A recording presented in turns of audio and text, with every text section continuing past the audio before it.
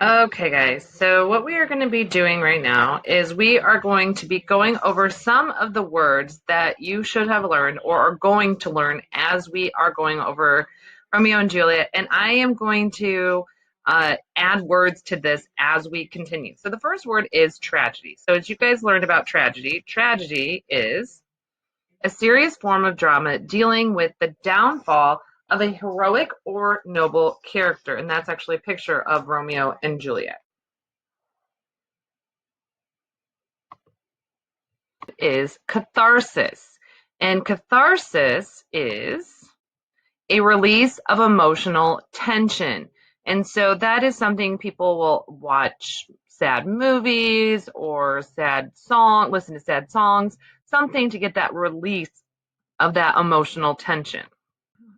Okay, the next thing is William Shakespeare. And William Shakespeare was an English Renaissance writer and playwright. He is considered by many to be the greatest English writer of all time. Now remember, when I was doing my video about William Shakespeare, he's also very famous for writing sonnets as well.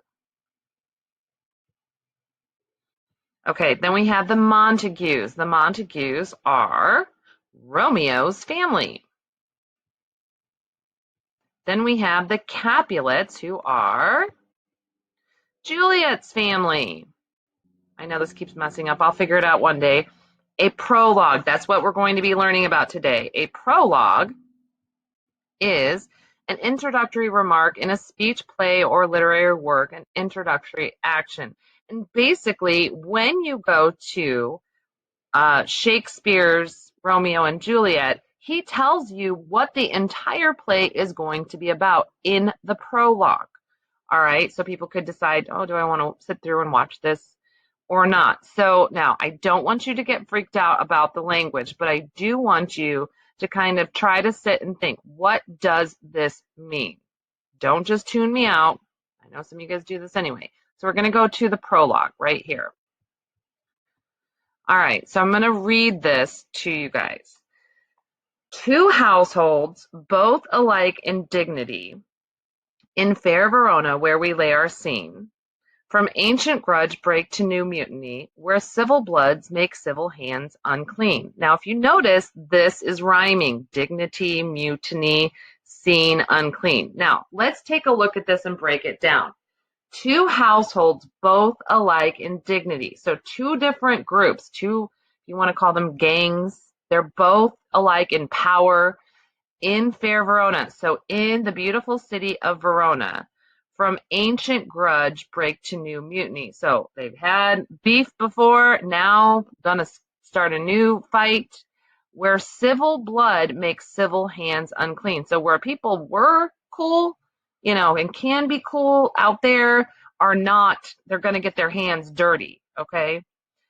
Next part right here. From forth the fatal loins of these two foes, a pair of star-crossed lovers take their life, whose misadventure piteous overthrows do with their death bury their parents' strife. So, from forth the fatal loins of these two foes, so from basically these two people's children, a pair of star-crossed lovers, so they're going to fall in love, they take their life, they commit suicide. So whose misadventure piteous overthrows do with their death bury their parents' strife. So their death is going to make their parents not be mad at each other anymore. And if you notice, again, foes, overthrows, life, and strife. Then we have the fearful passage of their death-marked love and the continuance of their parents' rage, which but their children's ed naught could remove, is now the 2 hours traffic of our stage. So basically they're saying, okay, nothing but the death of their children, okay, could remove this rage that they had. And that is now what we're going to be learning about in this next 2 hours, the next 2 hours of that, what this play would be. The which if you shall patient ears attend, what here shall miss, our toil shall strive to mend. So again, attend and mend rhyme. So in this, it's saying basically what we've missed to tell you, you're going to find out as you watch this play. Okay. So this is the prologue. All right, now it gets a little bit easier. Again, this would be for the upper class, okay? This is told in sonnet form, sonnet A, B, A, B, C, D, C, D, E, F, E, F, G, G. It's a 14-line poem written in iambic pentameter. Now, I know some of you guys are going, oh my gosh, she's done lost her mind. We'll work through this. We will all get there. It's okay.